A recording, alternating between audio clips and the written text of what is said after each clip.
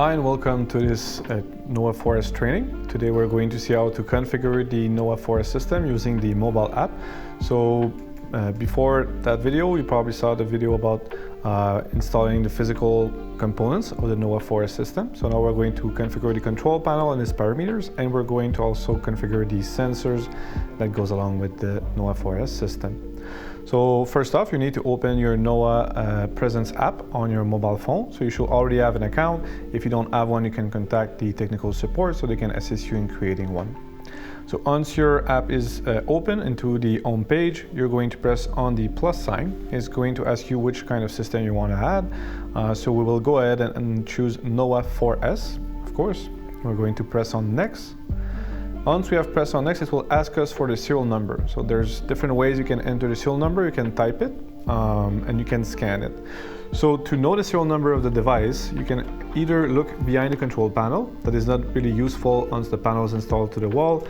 You can also press on the menu button on the top. Once you press on it, it will go out of its sleep mode, and then you can press on it again and the serial number will be shown with the QR code. So now what you can do is you can just use your mobile phone, press on scan serial number, and you can scan the serial number of your NOWA Forest system. It may need a little bit of a focus. Once it gets it, it will automatically add the serial number.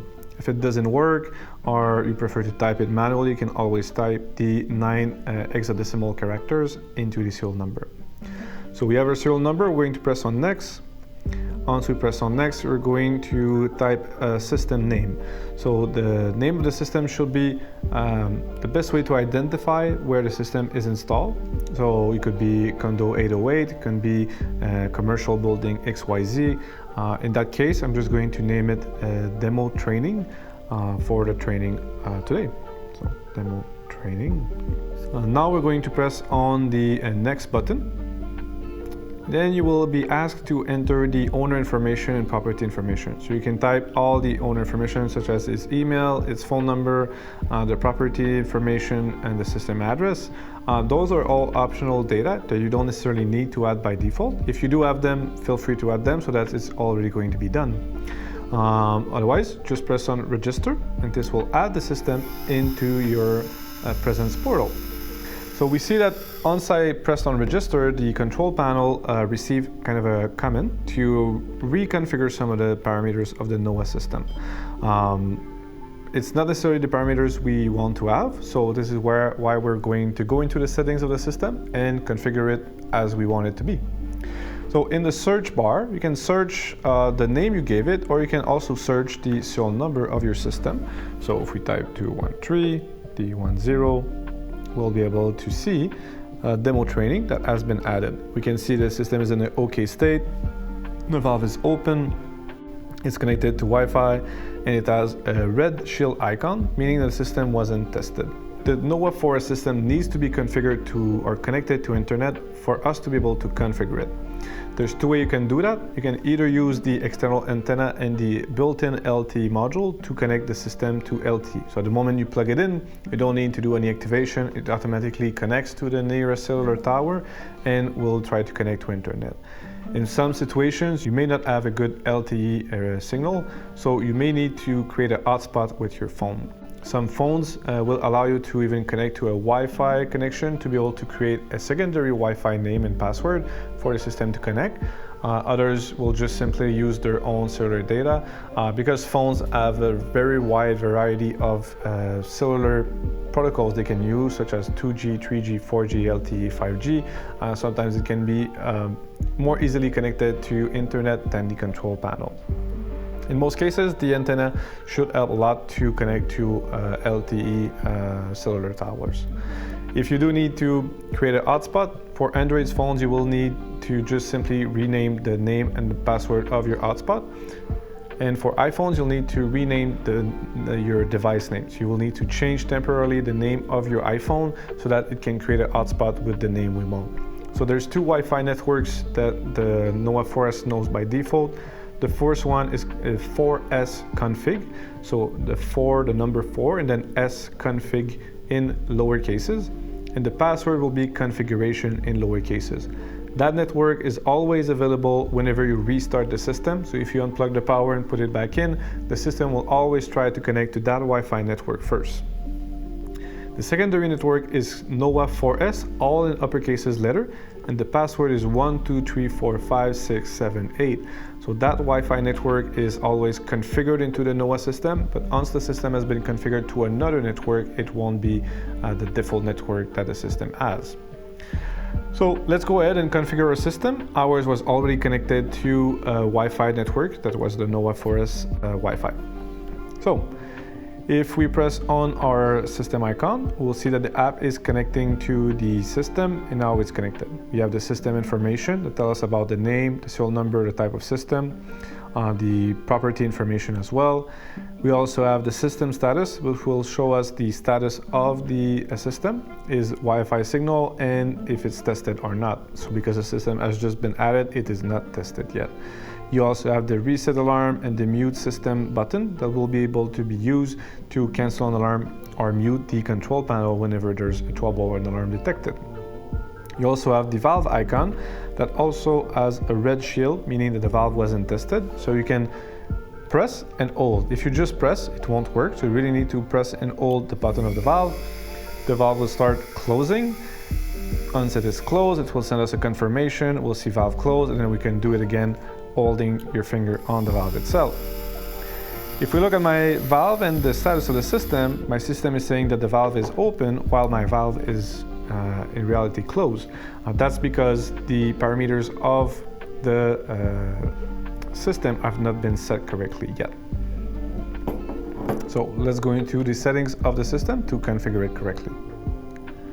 If you press on the three dots at the top right, you'll be arriving on an overview page, which you can change the system name, you can change the general settings about the owner information, the address, and you can also invite owners and participants to the system. So whatever is someone that is renting the home or owner of the system, you can always invite them easily by pressing on invite participant. You will write their email address.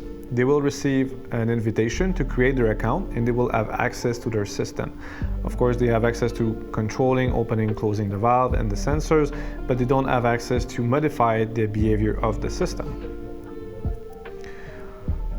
Now we want to change the settings of our system, so we're going to press on the settings tab at the top of the page, and we have the system settings. So we can choose the language, the time zone, following daylight saving time.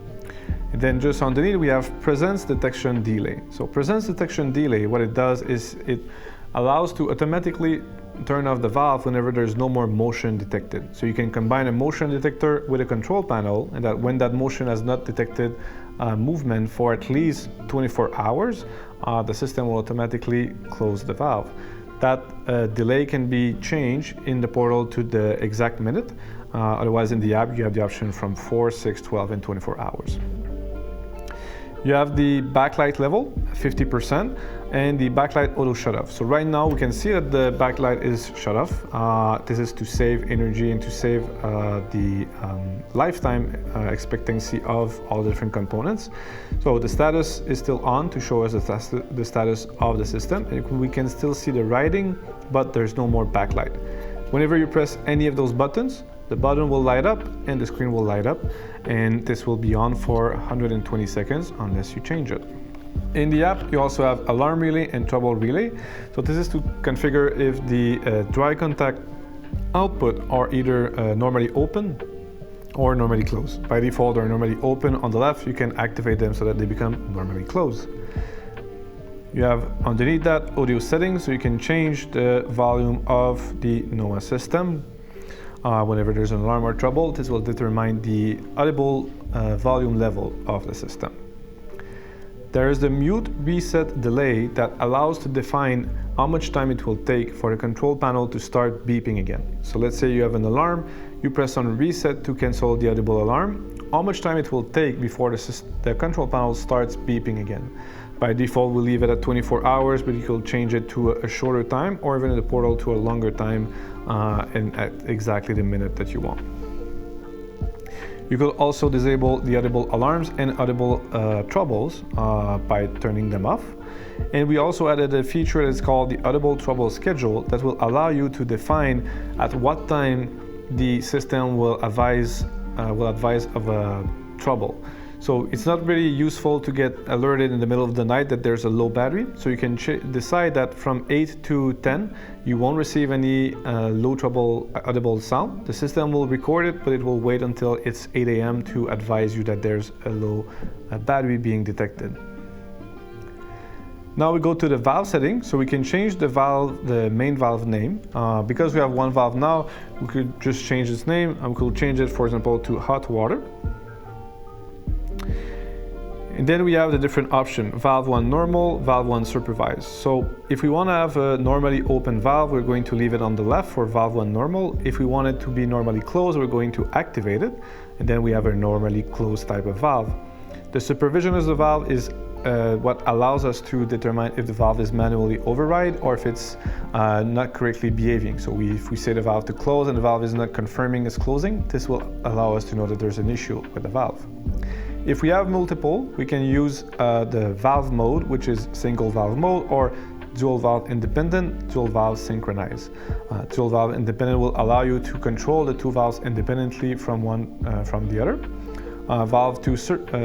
Dual valve synchronized will allow you to control the two valves at the same time. So it's easier to control via the control panel. You just press close, they both close, you press open, they both open. In our case, we're going to use single valve mode. Last option regarding the valves is the valve transition time. So by default, it's 15 seconds for standard valve, 1/2 inch, 3/4, 1 inch. But you may use a valve that goes up to 8 inches. Usually the recommendation will be to multiply by 3 the default transition time of the valve. So let's say the valve takes around 5 seconds to open, we'll multiply it by 3, it's 15-second transition time. If it's a 2-inch valve that takes 30 seconds to open, we would put a transition time of 90 seconds. Now we have the valve maintenance. Valve maintenance is already activated by default whenever there's a valve configured, and the maintenance will be done 7 days after the installation of the system. You can also define a custom time, so it's a day and time that you would want to set, and you can also force a maintenance whenever you want to do one. There's the power management settings, so this allows you to define with the backup battery you're using when it's on sector, when it's on low battery, and when it's on battery. So this will allow you to define those parameters to receive the notifications. Usually they will be defined in the box you received the backup battery with. So you'll be able to determine what is the parameters you need to set for those settings. Finally, you have the network settings where you'll be able to choose your Wi-Fi SSID and password and your security type. You can also use the scan Wi-Fi option that will list you all the different available Wi-Fi names. You'll be able to press on it, type your Wi-Fi password, and then be able to try to connect to the network. Once you have done your configuration, you can simply press update at the bottom, and this will update the system with the configuration you set. So right now, if we go look and we look at the system, we will see that now it's called valve hot water open, and the state of the system is the same as the state of my valve, which is open and open. Now that we have configured our control panel, we'll need to configure our sensors. So if we go into the sensor tab, we'll see that we already have a local sensor that is there, but it's not enabled. The reason is that that local sensor is not connected and it's by default deactivated, so that it doesn't create false alarms. If you want to activate it, just make sure that you have a sensor that is connected directly to the input of the NOWA Forest control panel. In our case, let's go ahead and add our wireless sensor. So if we press on Add New Sensor, we'll have two options to add the NOWA sensors. So we can either use the Learn mode, which was used with the NOWA 360 system, or we can use the Scan mode that allow us to scan the sensor serial number to add it more easily to the control panel. So the Learn mode, if we press on Learn mode, the control panel will light up and we can see that the Learn mode is activated for a 60-second period. We take our round sensor, we take our magnet, we look for the little mark on the side, same thing for a magnet, and then we just tap it one against the other, and the system will automatically detect that there's a new sensor that is trying to be added. You can also use the scan function. So if you put the sensor, and you need to make sure that you will hide the serial number of the freeze whenever you're learning it. Otherwise, you will learn the sensor as a freeze sensor, which you don't want unless you want it. So you will use your thumb or your finger to hide the bottom sticker so that only the top sticker is being shown. So let's go ahead. Let's press scan ID. I'm going to use my finger and I'm going to hide it, and bam, we scan the sensor. Automatically we have the sensor serial number. Now we need to select the type of the sensor. So we're going to choose water detector, but we could also add freeze detector, triangular sensor, presence detector, signal repeater, and action button. So there's different type of sensors you can use and configure into the system. In our case, water detector is the right one. Then you'll select the location. So the location you will select will be either the location you want to protect. You can also choose another location and make a custom name for it. So in our case, let's take toilet, and we'll later reconfigure the name of the sensor to show you that it's possible. Underneath you have detect settings, so you can, all those settings are by default the correct one for the sensor, but you could decide that whenever a sensor detects a water leak, it's not an alarm, it's a trouble.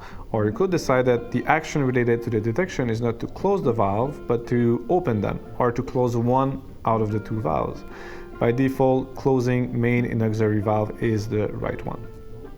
Then you have battery monitoring, temper monitoring, supervision monitoring, which you can also extend the supervision period from 16 hours to the time you would prefer. Once all our settings are alright, we can just press Save Changes and our sensors will be added to our system. If you want to modify it, you can just tap on the sensor and then you can change the name, toilet powder room, for example. And then we go at the bottom, Save Changes, and our sensor has its name change. If we press on the back at the top of the app, you'll see that toilet powder room has been added, but it has a red icon with an X on it that shows that the sensor hasn't been tested. So there's two steps you need to do to make sure that every sensor is tested, to make sure that your installation is always perfect. So you need to reactivate the sensor with a magnet. So the same way as we did it in the learn mode. Take the magnet sensor, you tap it, trouble temper will be advised, and then it will disappear automatically. Next step we need to do for the sensor to be tested, you wet two fingers and you will touch two adjacent gold pins. Once you have done that, an alarm will be received. The sensor will be tested, the valve will close. This is showing you that the system is behaving correctly like it was intended to. You can always press the reset button to mute the alarm, and once you have muted the alarm, you can reset the system if the sensor has stopped detecting water. So because right now my fingers are on the two gold pins, the system still detects a water leak. So we can see alarm, water detection, toilet powder room, with the time that is increasing every second. At the moment you take the sensor, you dry it off, then the status of the control panel will go from red to blinking in between red and blue, and the reset button will light up, so you can press it and hold it to reset the alarm. You can also do it via the mobile app. You just need to make sure that your sensor has been correctly dry. If a sensor is still detecting water, you won't be allowed to cancel the alarm. So now we can see on our app that the valve is closed, but it's been tested. The sensor is tested as well. Now if we want to reopen the valve, we just press and hold, and the valve will reopen again. For all the other sensors you'll need to configure, so you simply need to redo all of those steps. So you take your sensor, you either scan it, learn it, and then you go place it at the location you want to protect. Then you will need to explain the system to the customers. So the easiest way to do it via the control panel is to really explain the three buttons on the left. So whenever you want to do an action on the control panel, the only action you can do is the one that is light on. So right now, because my valve is open, the only thing I can do is close the valve. If I try to press on any other button, there will be a sound that will show that you cannot do that action. So because now my valve is closed, the only action I can take is open valve. So it's very simple to explain to the customers, Whenever there's a button light up, this is the action you can do. If there's no button that is light up, usually it's because there's still an issue, such as a water still detecting a water leak. If there's any kind of troubles or alarm, it will be shown on the screen with the sensor name or the device that is having the issue. We do recommend to identify the sensor so that if they mix them up, they can retrieve them. Otherwise, in the app, you can also press on the sensor itself and you will see the serial number written at the bottom right that you can find back on the sensor sticker. So that's pretty much it for the sensor configuration. You can also, when you press on the 3 dots, access the history of the system. So this will show you all the different action that has been done in the system. You can press on one event to have more information about the event itself. And you also have the product info and the network info to have a little bit more information or details about the system itself. Last thing is the diagnostic menu. So on the control panel, you need some diagnostic to be done, whether you're talking with technical support or not. So the menu button, when you press it, it will show you the serial number, but if you continue pressing it, it will show you the product info. If you press it again, you'll have the cell network info that you can go through it. And if you press it again, you'll have the Wi-Fi network info. And then again, the sensor list, which you can see all the sensors that are configured into the NOWA Forest system. What you need to make sure is that the system is always having a good internet connection. It is critical to be able to do the configuration. Once the system is configured, it doesn't need an internet connection to behave correctly. The internet connection is only needed for the mobile app and notifications. That's pretty much it. If there's anything else, feel free to contact our technical support.